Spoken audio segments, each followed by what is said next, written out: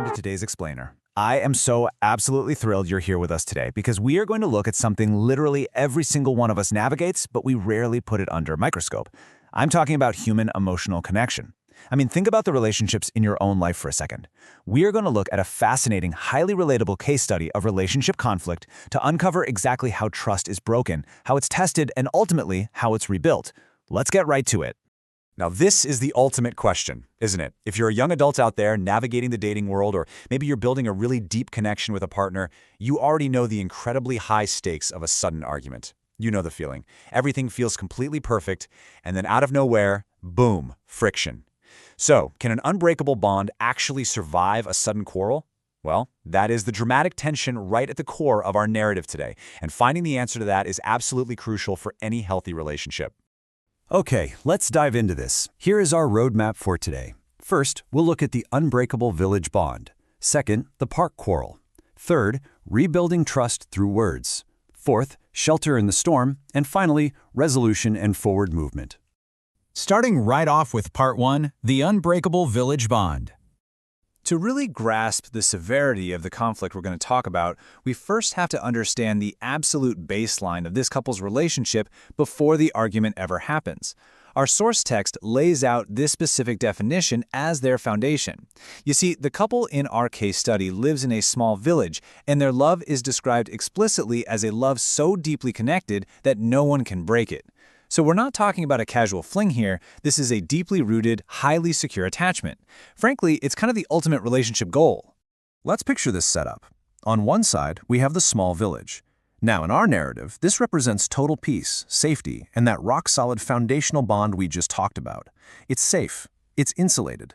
But then, on the other side, we have the chaotic world. And this represents all those external stressors, the unpredictability, the literal storms of life. Establishing the stark contrast right out of the gate builds this really powerful narrative motif that is going to become super critical when the conflict actually hits. Which brings us to Part 2, the park quarrel. Now, what's really interesting about this is how it maps out our inciting incident. It's just an undeniable truth of human connection that even the absolute strongest bonds are going to experience friction. You just can't avoid it. Their interaction follows this classic dramatic storytelling arc. We start in the total safety of the village, right? That's our piece. Then, sudden transition to the park, which introduces the conflict. This is followed by the dialogue, which forces some real vulnerability. And finally, it all wraps up with a hug, bringing us right back to resolution. It's this deeply, beautifully human cycle of rupture and repair. This sentence from the source text is just pivotal. Once they went to a park and started quarreling each other. You kind of have to smile a bit at the charming, slightly abrupt phrasing there, but make no mistake, beneath that quirky wording is a very serious emotional rupture. Notice how sudden it is. They leave their insulated village bubble, step into a public space, and immediately an argument just erupts. It totally forces the relationship out of its comfort zone and into a testing phase. That unbreakable bond we talked about, it is officially on trial. Let's move to Part 3, rebuilding trust through words. All right, we have officially reached the climax of our case study. Defensiveness is definitely running high, but the boy in our story uses this incredibly precise four-step rhetorical approach to de-escalate the whole situation. Step 1, validate presence. Step 2, establish grounding. Step 3, offer safety. And Step 4, future commitment. By following this exact, careful sequence, he methodically rebuilds the emotional safety that their quarrel literally just destroyed. Listen to how he starts. He says, "I am always with you. The most beautiful thing that ever happened to me is you." Wow, it's incredibly disarming, isn't it? This serves as step 1, immediate validation of her worth. I mean, think about it. In the middle of a heated argument, when his partner is probably feeling really distant or maybe even attacked, he just immediately affirms that she is beautiful to him and that he is fully, physically and emotionally present. He's basically saying, hey, this argument doesn't diminish your value to me at all. That leads us right into Part 4, shelter in the storm. And this brilliantly illustrates his whole strategy as he moves through his intervention. He starts using these simple but profound nature analogies to really secure her trust. Think about how he frames his affection here. When he says he's the luckiest man on earth, he's using earth as this solid, unshakable foundation. When he calls her love a shelter that I will always keep seeking, he's evoking this warm, protective canopy.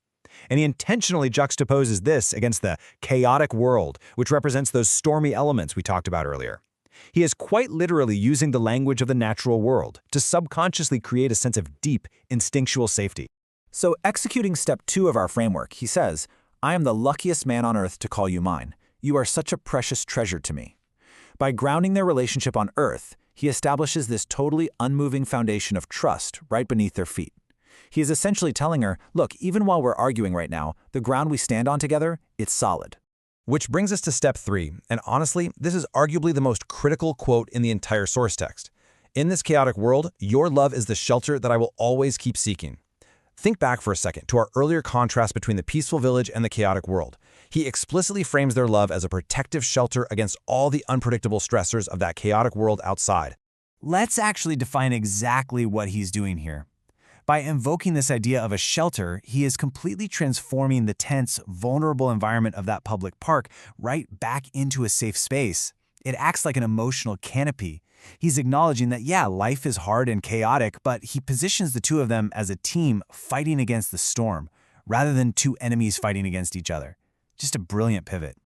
Let's move to and see how this builds into our final stage, part 5, resolution and forward movement. He completes step 4 with his bold statement, "The woman I want to spend my whole life with. You mean the world to me, Sweeto." This right here is an offer of absolute future commitment.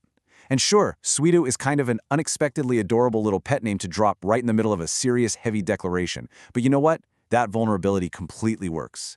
When you are caught up arguing about a singular, immediate issue in a park, zooming way out to declare a lifelong commitment totally neutralizes the petty details of the quarrel. It puts the entire conflict into a massive, macro perspective. So the crucial point is that this wasn't just some random string of romantic phrases. Not at all. It was a highly successful, almost tactical intervention that achieved the total diffusion of the immediate argument, a solid reaffirmation of lifelong commitment, and a complete transformation of the narrative. They moved from a tense quarrel to him openly admitting that she simply makes his life easier. And the amazing part? All of this was achieved purely through structured, incredibly vulnerable communication.